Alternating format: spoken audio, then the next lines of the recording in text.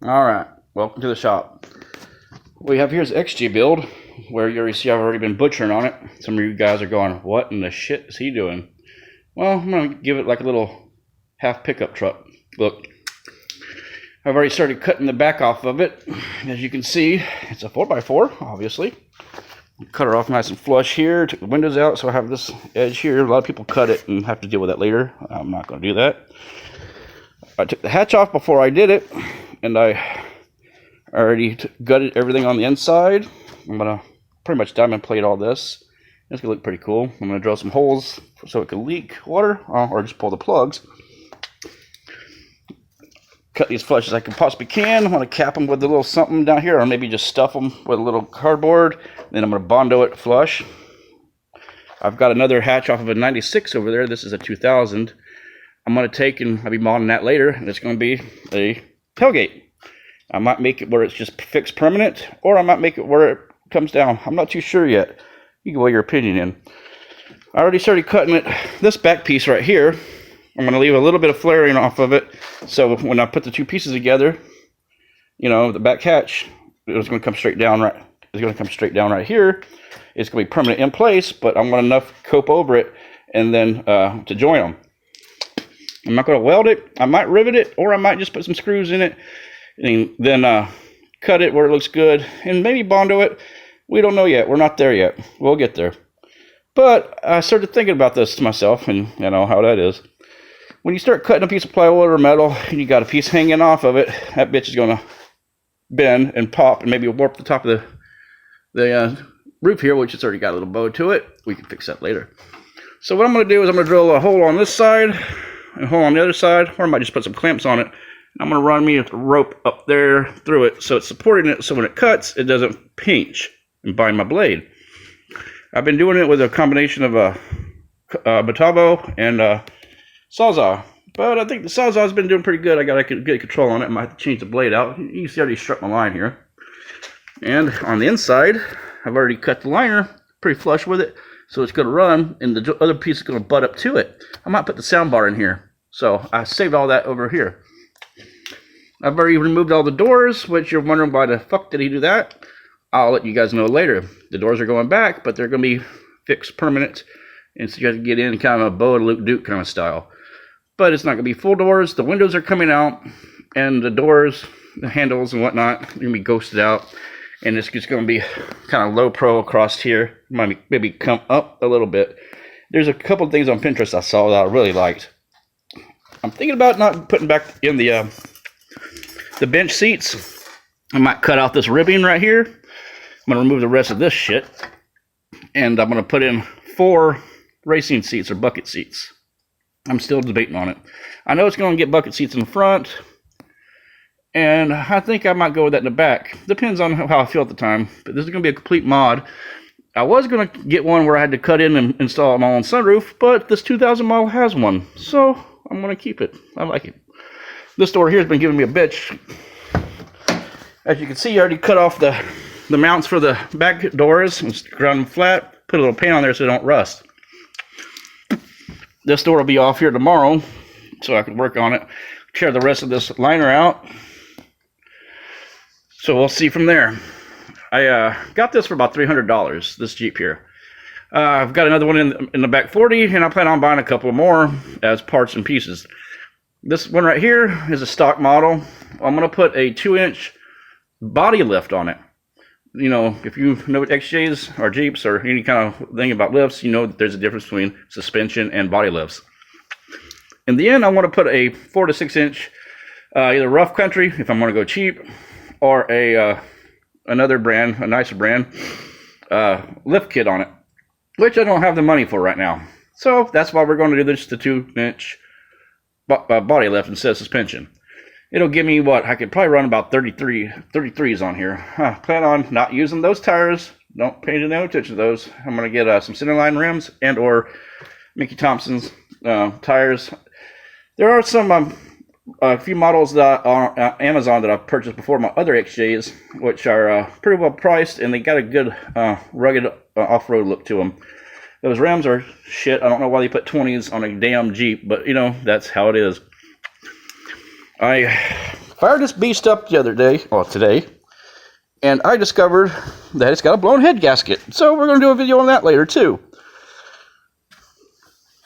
Coming around the side, I just cut myself before I cut that. I figured I'd go ahead and start the video. You know, I already removed everything out of it, got it running, put some antifreeze in it.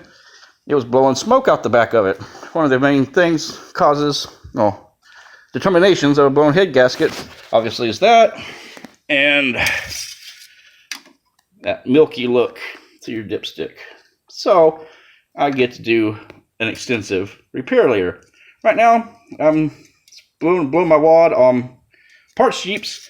So right now I'm doing body work, Bondo work, and everything else. Basically, I'm going to do as much as I can until I need more money. If you notice the difference between this is a 2000 model, between the older models and the 2000s. The 2001 is when last year they came out with this model, and they went to the newer upgrades. The 2000 models got a kind of a smoother design instead of the sharper, boxy edges that are synonymous with the XJ classes from 83 to 2001. I'm going to be getting rid of all this crap. This is coming off. I hate this crap here. That's coming off. I'm taking these off here. I'm going to take all this off. The bumpers are going all the way around. So I'm going to pretty much get rid of a lot of stuff.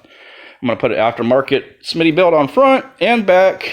I like the Bush, you know, the big old curved front ends. I had a friend who was going to sell me one, but he decided to sell it. There's going to be some extensive work on it, but this is a good thing. It runs. It's just going to take work. I'm going to have to get a new one of these. I don't like this. I want this thing sharp when I'm done with it. I want to make it, it's going to be an off-road rig, but I want to be able to roll into a car show with it too if I wanted. Or make it look good at a 4x9 event or whatnot. So I took off the roof rack on the top. I'm going to mod it. There's going to be another video down the line because I'm going to put the roof rack back on it. And it's going to have a rack on top. And I'm thinking about putting the spare tire on top or in the back like a Baja style. But I want that as a cargo area too. So, you know, opinions are always nice. So let me know when we get there. I'm going to go over here, take a look. Like I said, this is a 96 hatch, which should fit. It's going to get cut, butchered. I'm going to be taking the glass out. As you can see, I'm going to try to save the glass. Sell it, trade it, whatever. But she's going to be cut straight across right here. Just a minimum cut here, and on the other side, it'll have the same little flaring as on here. So we'll have this little rib right here. What I'll do is probably once it's done, I'll cut it off or bend it over and cap it with something. We'll see. But in the end, this is going to come off. Probably Bondo that or something another. We'll know when we get there. I might get this done tonight and installed tonight. I'm still debating on making it a pull-down hatch. I mean, a pull-down part, or just making it permanent. I haven't decided yet. Or I might make it where there's some clips on the side of it where I could just undo it and take the whole thing off of it. That might be a better option. This is going to be coming off. Obviously, you know, I might make it. I'm not too sure yet. I'm still figuring this shit out as I go. And any ideas or comments along the way would be most generous. Let me take a look over here. This is all the pieces and parts. Most guys who do this, they just cut it, butcher it. I'm trying to save every single piece. So when I go put it back together, I'm wanting to make it look like it came off of a factory almost. That's a pipe dream of mine. But as you can see, get this bad boy here.